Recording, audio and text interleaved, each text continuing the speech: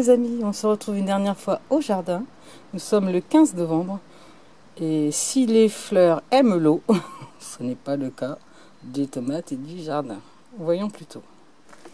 Alors, mon petit Poppy a trouvé un peu le moyen d'ouvrir le jardin. Donc forcément il est venu gratter là. J'avais mis ici des épinards, ben, il m'a tout retourné. Là il est revenu gratter où j'avais mis des déchets. C'est un peu le Capharnaüm. Et puis bah, le jardin, voilà. C'est un petit peu le désastre. Hein. Les tomates, bah, c'est fini. Il y en a encore partout. Mais elles sont vraiment toutes abîmées. Comme on peut le voir, quand ça pousse, bah, ça a froid. Et c'est vraiment affreux. Voilà.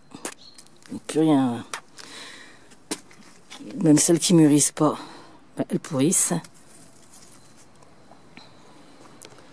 C'est la fin. C'est normal. Je vais enlever toutes les feuilles. Alors, je les aurais bien laissées, mais vu tout ce que je mets déjà en organique, je suis pas sûre que ça soit très bien de les laisser dessus. On va tenter un peu. Comme on peut le voir, hein, j'en ai jeté pas mal.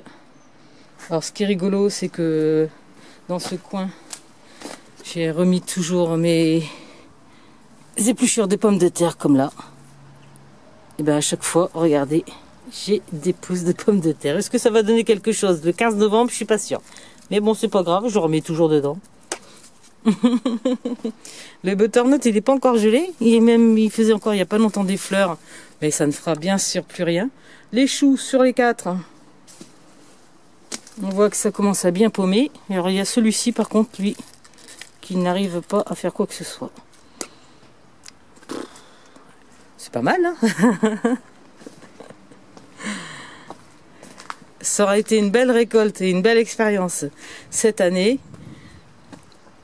J'ai même encore des framboises, mais elles n'ont plus de goût parce que ça manque vraiment de soleil.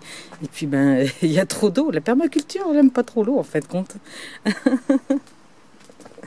Mais regardez, plutôt, j'ai récolté pas mal de tomates et je vais essayer de les faire mûrir quand même. Alors j'ai encore un petit concombre. Et puis j'ai toute ça de tomates vertes. Alors, il y en a qui ont quand même des taches. Est-ce que ça va faire quelque chose? Je ne sais pas. Je vais essayer, en fait, plusieurs techniques. Bah, une dans un cajot bien séparé à la cave. Une autre dans le papier journal. Une autre côté des bananes. Et on va voir un peu quelle est la meilleure technique pour faire mûrir ces tomates au mois de novembre. Alors, première chose, je vais bien les essuyer pour enlever toute l'humidité. Elles sont très froides. Et donc, 3 techniques. Je n'ai pas trouvé de papier journal. Donc, j'ai pris un papier de la boulangerie. Vous savez, la bonne petite boulangerie de Saint-Pons, là. Hop là.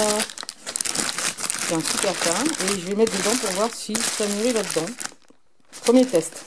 Deuxième, je les ai mis avec une banane. Il y en a 6. Et troisième, bien sûr, sans qu'elles se touchent, je les mets dans une caisse. Alors, j'ai pas de cave, donc je vais les mettre dans un endroit un peu plus au frais et au sombre. Et puis, à la grâce, les amis. Laquelle des méthodes va fonctionner mieux qu'une autre? Est-ce que mes tomates, je vais réussir à les consommer? Là, c'est la grande question. Si la nature est avec moi, on devrait y arriver. Suite au prochain épisode. La la la la la la la la la la la la la.